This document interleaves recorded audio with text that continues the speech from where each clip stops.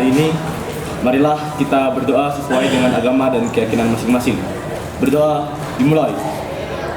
Hadir semua? Hadir. Oke. Baik anak-anak, sebelum kita mulai pembelajaran, mari kita latihan konsentrasi dulu agar kita lebih fokus dalam belajar hari ini.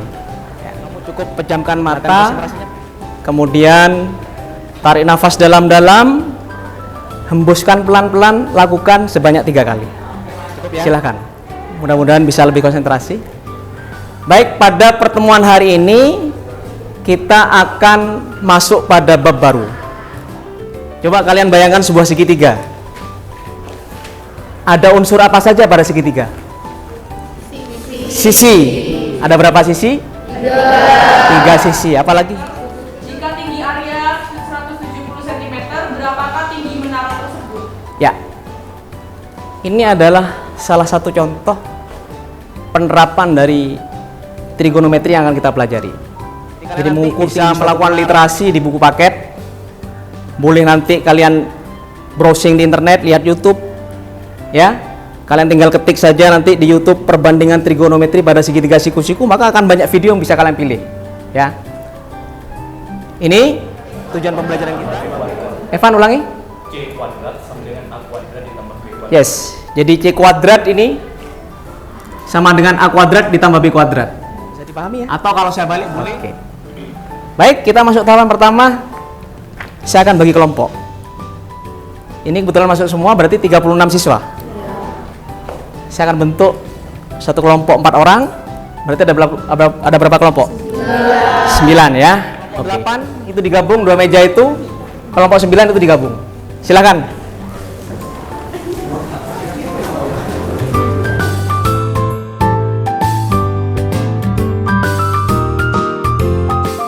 Bandingkan trigonometri dan memecahkan masalah yang melibatkan segitiga siku-siku. Agar kalian lebih memahami cara menyelesaikan masalah tersebut, diskusikan dalam kelompok kalian dan selesaikanlah masalah di bawah ini. Kalau di buku paket mulai halaman 115. Silahkan.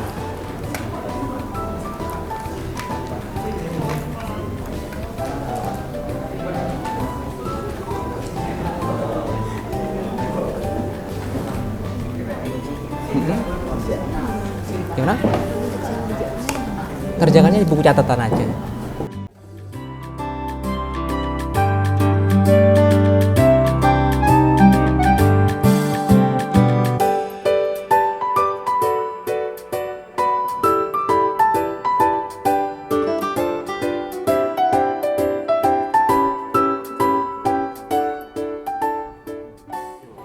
Jadi definisi sinus, kosinus tangan suatu sudut ya. Kalau sinus itu apa berapa? Sisi depan, Sisi miring. per sisi miring. Itu sinus. Kalau maka intinya apa? Kamu harus tahu mana yang sisi depan, mana yang sisi samping, mana yang sisi miring kan begitu kan? Sekarang ini kan ada sin A, cos A, tangan A. Ini ada sin C, cos C, tangan C kan? Berarti kamu melihat sudut A dulu. Kalau ini sebagai acuan sudut A, maka sisi depannya yang mana? Gitu ya. Itu kalau A. Sekarang kalau C beda. Kalau ini C, sudut C sebagai acuan, maka sisi depannya yang mana? AB, depannya sudut. Siap. Miringnya tetap aja. yang paling panjang. Baru sisi sampingnya itu. Paham ya? Jadi, kalau nggak mungkin, karena B itu siku. Maka sisi depannya yang mana? Berarti depannya sudut. Nih kalau ini sisi A, depannya sudut. Depannya sudut. Berarti BC kan? Kalau sisi miring itu depannya siku-siku.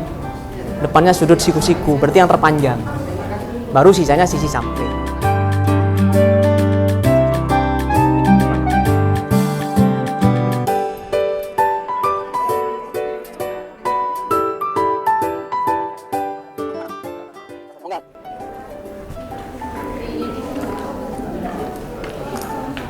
Soal nomor 4 itu gongnya, aplikasinya, ya.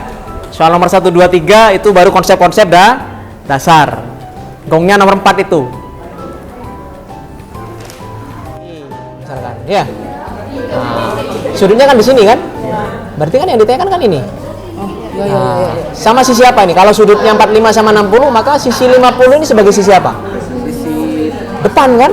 Depan. Kan depannya sudut. Ya. Terus yang ditanyakan kan sisi apa ini? Sisi apa yang ditanya?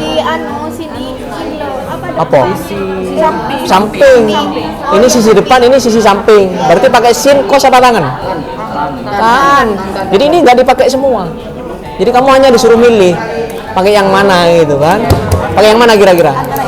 Iya, tangan 45 sama tangan 60. Kamu cari ik-nya berarti kan? Ini ini kan ada dua segitiga. Segitiga siku-siku, segitiga besar. Nah, yang kita cari itu jarak dari laki-laki ini ke si pohon.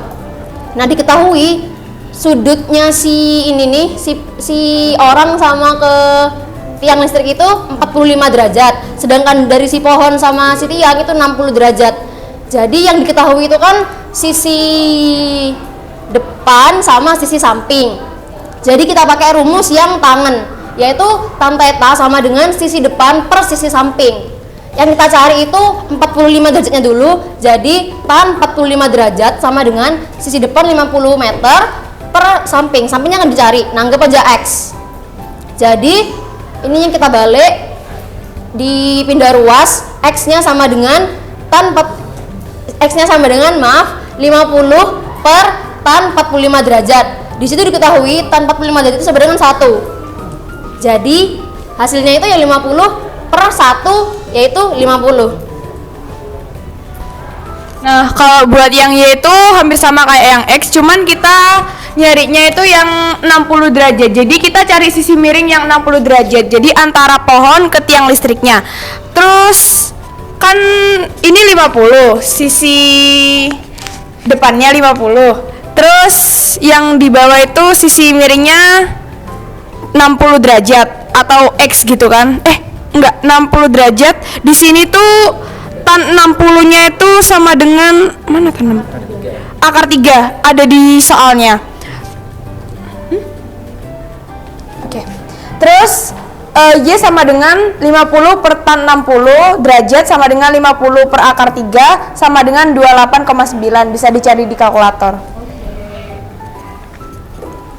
Oke, kan ini udah diketahui nih apa tan 45-nya ini hasilnya 50 sama nyari Y-nya ini 28,9. Jadi kita langsung saja cari jarak laki-laki ke pohon.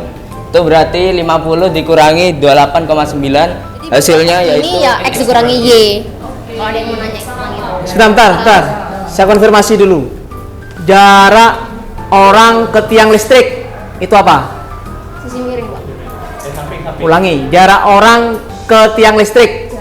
Oh, orang ke tiang listrik. X. Samping. Ya X. X. Soalnya X. X ya. Terus jarak pohon ke tiang listrik. Y. Y. Kalau jarak orang ke tiang listrik X, jarak pohon ke tiang listrik Y, maka jarak orang ke pohon X dikurangi Y.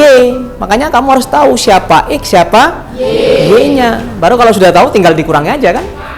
Betul pakai tangan? Kenapa kau pakai tangan? Yang diketahui sisi, yang dicari sisi.